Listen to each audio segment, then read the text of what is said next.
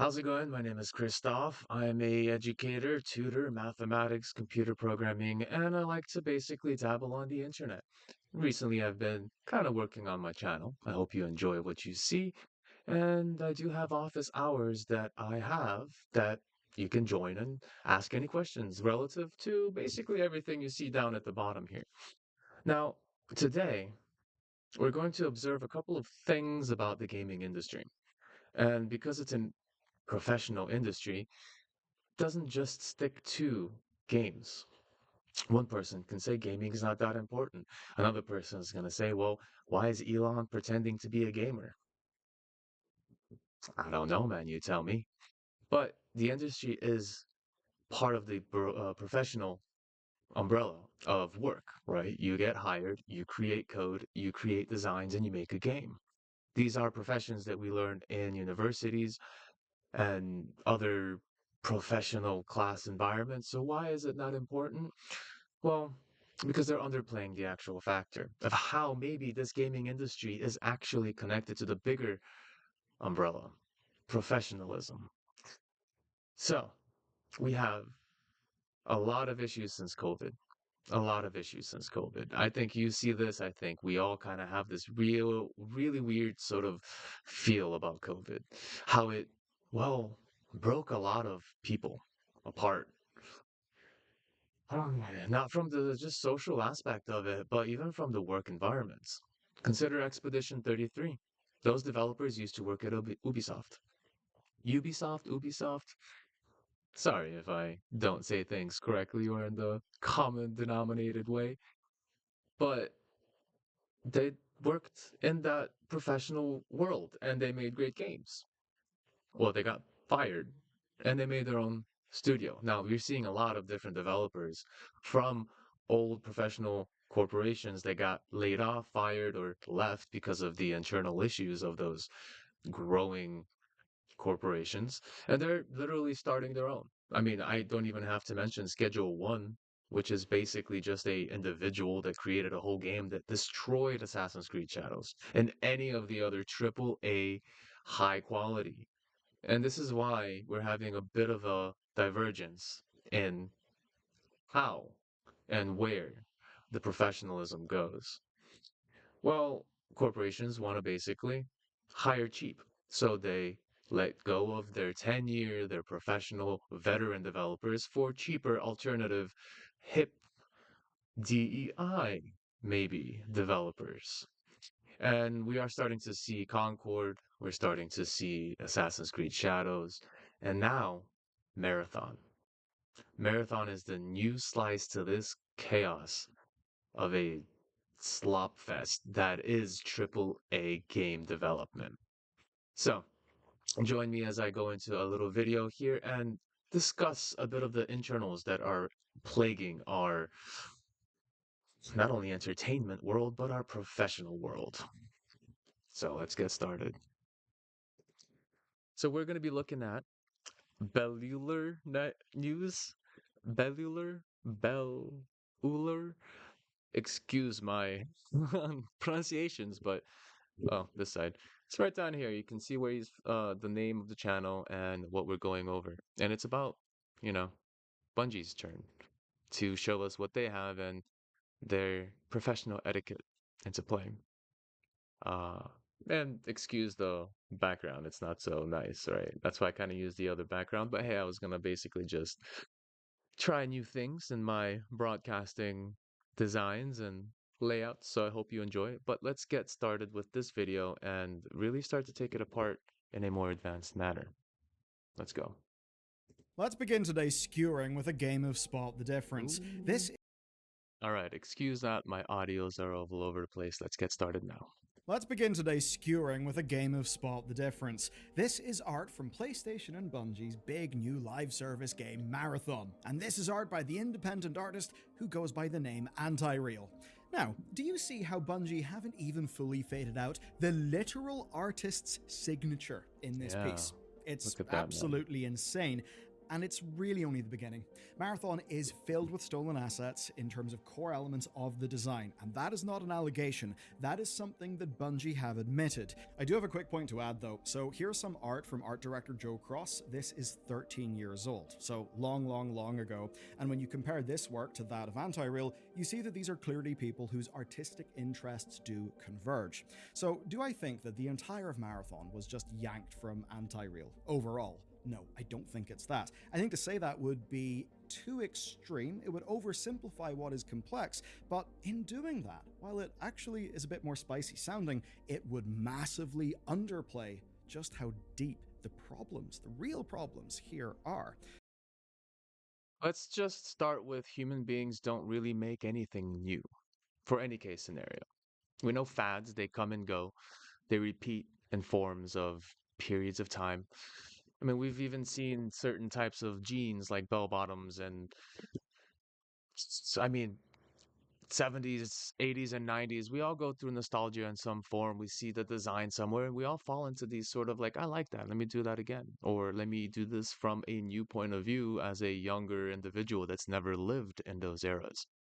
So, design specifically doesn't necessarily there's no new to it. It's just a recycling of old ideas. And basically all of technology is too, in a certain form or factor. The only thing that wouldn't be considered a recycling is electricity, wireless, where Nikolai Tesla was a huge factor in wireless development, discovery, really, not development, but the discovery and usage. And there's a couple of bite-sized physics and science locations where human beings were being completely original. But throughout the centuries of existence, copy and pasting has been a human's endeavor, where we just apply this consistently. We can adjust it and make it unique or different looking, but there is a case for copying and pasting is normal. But in an environment where you're a professional individual paying lots of money to people who work for you and you're copying and pasting from people that don't work from you, well, now we enter AI world. This is the concern that AI is regurgitating ideas that exist elsewhere. And this is not even AI, this is just blatant plagiarism from another artist. So it makes me concerned the future and how we're going to apply AI if this is still the case now in the current day. And of course, this doesn't take away from the problems. It does not take away from, well, how badly Anti-Real has been treated in this entire situation. Today, we're going to do the core story of the art theft. Tomorrow, then, we're going to talk about the leaks. Because while the art issues have absolutely exploded in public consciousness, there is a deeper story. It is one of staff not being listened to. It is one of leadership not wanting to listen. It is one of Bungie leadership basically holding out till they get a big payday and they can just yeet out of there and be just fine. And ultimately, it's one of Marathon being a deeply troubled game that I don't think will be ready at all in time for its September reveal. I really want to say something. Corporations, the overlaying factor of management. Management makes the decisions that end up that puts people in that place that they are today. Management made the decision to fire old developers that were there for a long time that potentially didn't agree with the change in management. Bungie versus now Expedition 33 and that developer team. Management is just human beings playing bureaucracy to change the way things are. But the question is, why change something that works? Well, that was the reason he actually pointed out. Make your money and bounce. There is like this whole concept in markets and professional business etiquette where there exists a type of business gravedigger, a corporation that looks for bankrupt or near bankrupt companies and buys their assets and basically just sells them off afterwards, buys it for super cheap and then sells it off afterwards. Or patents, buys the intellectual property of a stick.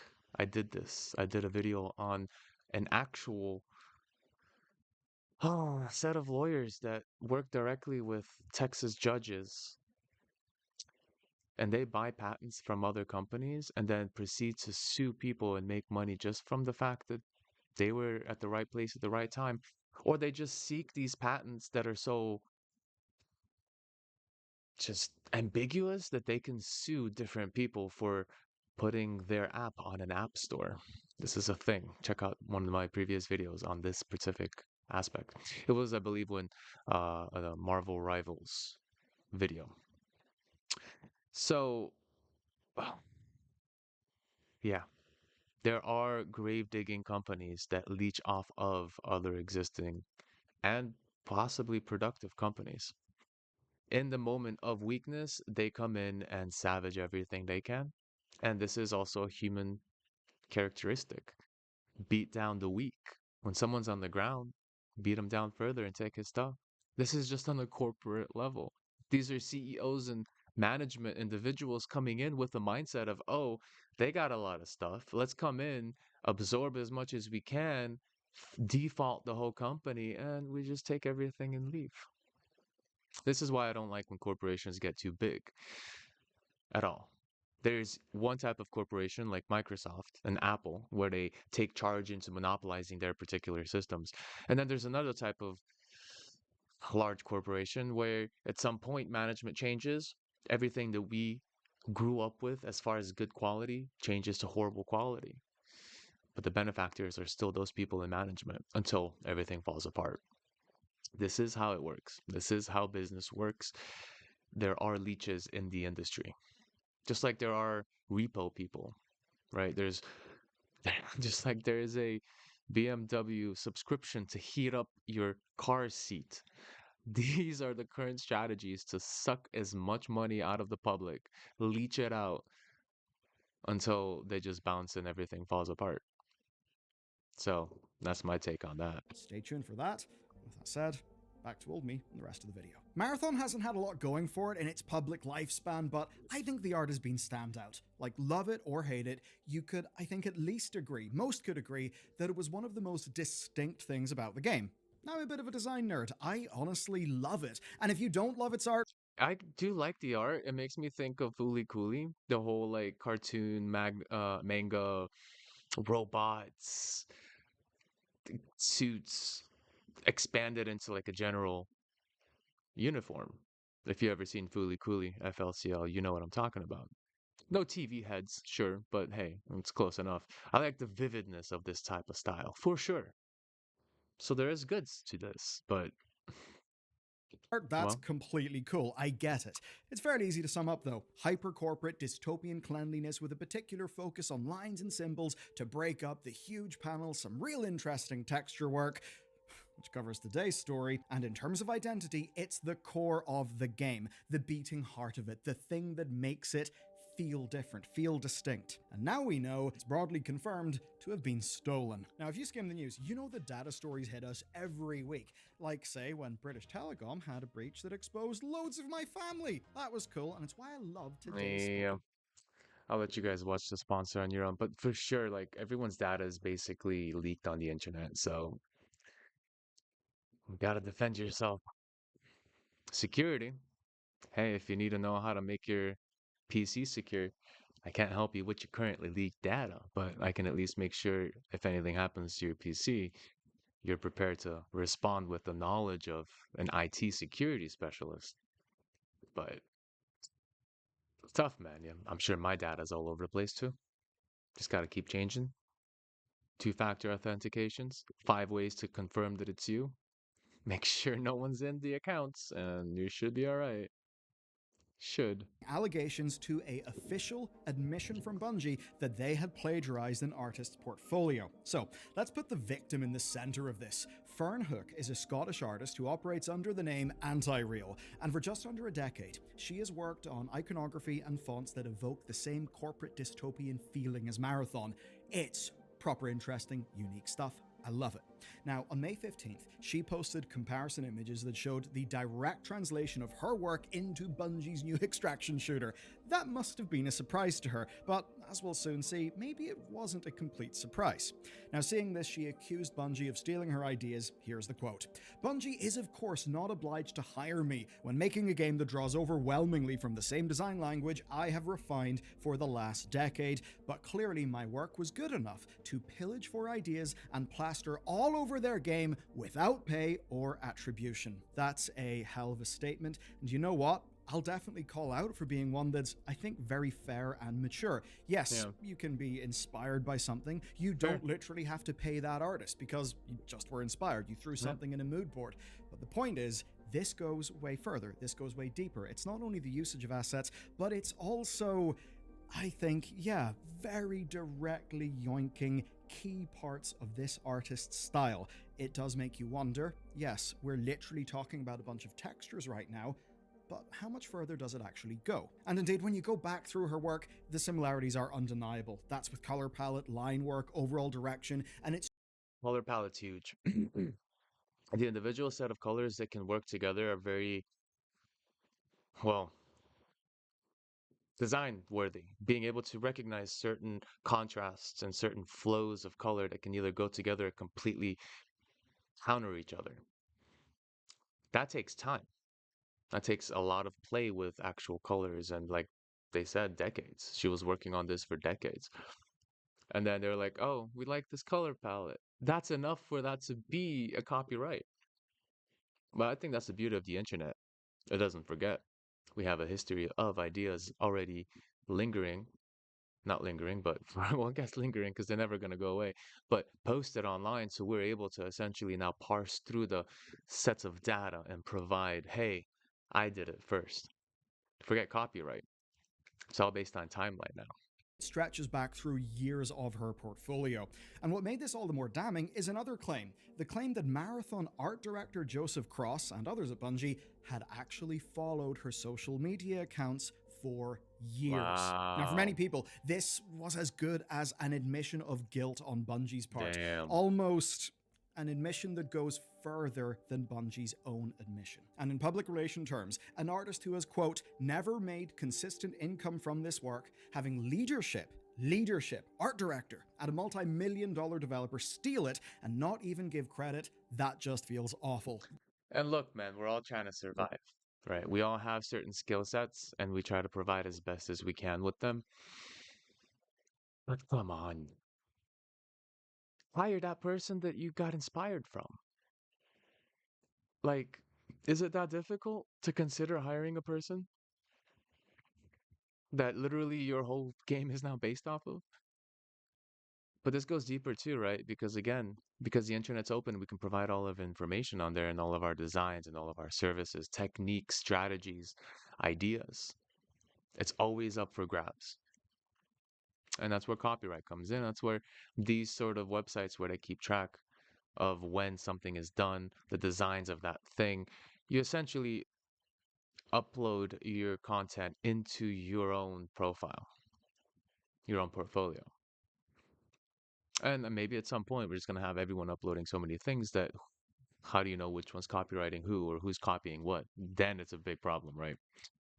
But I'm gonna leave this here because here's kind of the final conclusion. You can go ahead and continue watching this. I'll leave the link in the description below. The conclusion is companies, big companies, have been cutting costs, have been cutting costs on quality of developers, designers, and everything in between. And they obviously continue to cut costs now with copy infringement of other individuals' work. At some point, we're going to have AI basically replace users, people. And we're going to be running into this issue of copy all the time. One person in a leadership, in a design team is going to copy everything from some user on some social media, and there will be allegations and back and forth. But at some point, if this becomes normal, corporations have the funds to fight that and to win. The individual that we see here as a victim does not have the funds to fight back through the legal means. which brings me to the overall conclusion. Either corporations will fall based on this allegation of lack of creativity, because we are seeing this, right? We are reacting to this and we're observing these events unfolding. Concord, Assassin's Creed, Marathon. We're seeing these sleazy techniques and we're responding. Not a lot of people are actually buying and interacting with these companies anymore. So they have a high chance of default. And now legally, this company is going to set a precedent for the future of how this event is going to be looked at forward. When a corporation, multi-million dollar corporation, doesn't hire the person they are inspired from, but just takes and copies and pastes and modifies the work. And it's a big change. It's a big fork in the road. And I truly hope she wins. And I hope that Marathon and Bungie fall. I hope that Blizzard hasn't done too much yet, but they seem they're on the same verge. We'll see what their next release is. Ubisoft, I hope they fall. And anyone trying to push these, I really hope EA falls. EA hasn't had an original idea since like ever. The only thing they actually still have is like FIFA. And then it's the same game over and over, just different people, different teams, and different battle passes. And people still keep buying it for whatever reason. But hey, casual players are going to keep buying and, motivating each other to buy more. So that's my conclusion. I feel like the professional world is falling apart. People are probably going to lose a lot of jobs from all these issues where you have multi-million dollar corporations not making successful products with thousands of people behind them when Expedition 33 with like 20, 30 developers makes a much better product. They're going to look at that and say, hey, we don't need all these thousands of people. This is gaming, again, industry, but how many other people got fired on COVID times? How many people that were expensive veterans? And we already see this happening a long time ago with teachers, right? Teachers and the quality of the teaching has been reduced because everyone's trying to save money for something. We're reducing quality of everything around us because economic times. And it might get slightly worse. Maybe. I'm not sure. It can always come back from Fed printing and other ways of manipulation of markets and fundamental ideas in the economy. So that's where I'll leave it. I hope you guys enjoyed this video, my insights. Please do come to my office hours, ask any questions on programming, math, discussions, chit chat, whatever. I have them on a daily basis. Just look for the professor office hours. Subscribe, like, and put your notifications on, and I will talk to you later. Peace out.